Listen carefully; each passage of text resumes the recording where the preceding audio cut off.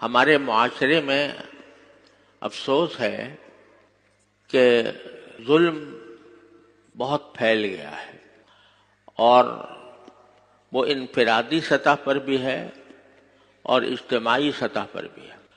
انفرادی سطح پر تو یہ ہے کہ لوگ دوسرے کے حقوق پر قبضہ کرنے میں بہت شیر ہو گئے ہیں۔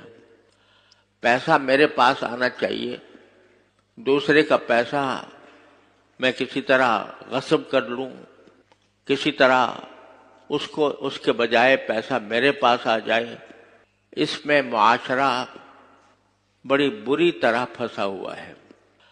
کسی انسان کا انتقال ہوتا ہے تو شریعت کا حکم یہ ہے کہ جلد از جلد اس کی میراث تقسیم کی جائے۔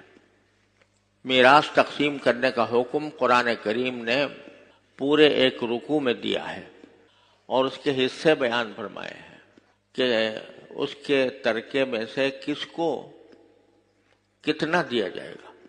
اسلام سے پہلے کسی بھی مذہب و ملت میں ترکے کی تقسیم کا کوئی معیار نہیں تھا، جس کے جو ہاتھ آ گیا وہ لے اڑا۔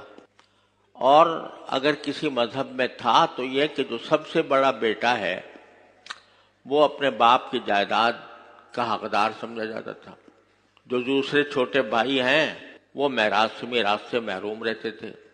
عورتوں کا تو میراث میں حصہ دینے کا کوئی تصور ہی نہیں تھا۔ لیکن نبی کریم سرورت عالم صلی اللہ علیہ وسلم نے قرآن کریم کی تفسیر فرمائی اور ہر ایک کے حصے اللہ تعالیٰ کے فرمان کے مطابق متعین کروا دیے۔ اور قرآن کریم نے یہ بھی فرمایا کہ آباؤکم و ابناؤکم، تمہارے باپ تمہارے بیٹے، ان میں سے کون ایسا ہے کہ جو زیادہ حقدار ہے اور تمہارے لیے زیادہ نفع بخش ہے، یہ سوائے اللہ کے کوئی نہیں جانتا، لہذا ہم نے جو حصے مقرر کیے ہیں ان کے مطابق میراث تقسیم کرو۔ لیکن ہمارے معاشرے میں میراث تقسیم کرنے کا رواج ہی نہیں رہا۔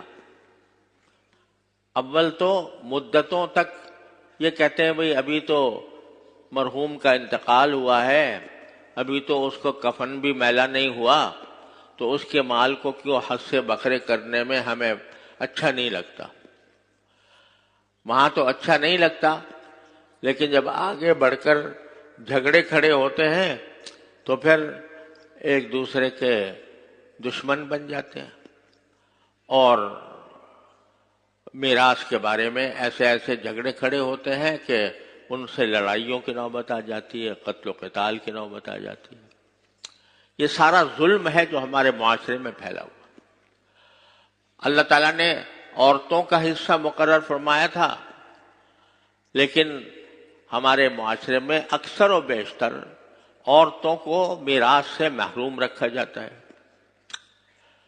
بس اگر زیادہ سے زیادہ ہوا تو بیٹوں نے قبضہ کر لیا اور اپنی بہنوں کو میراث میں سے کوئی حصہ نہیں دیا۔ نتیجہ یہ کہ ان کے آمدنی میں حرام شامل ہو گیا، اور جب تک وہ اپنی بہنوں کو اور مرحوم کی بیٹیوں کو یا ان عورتوں کو جن کو اللہ تعالیٰ نے حقدار قرار دیا ہے ان کو نہیں دیں گے، اس وقت تک ان کے مال میں حرام کی آمیزش ہے، وہ حرام کھا رہے ہیں۔ یہ ظلم ہے انفرادی سطح پر۔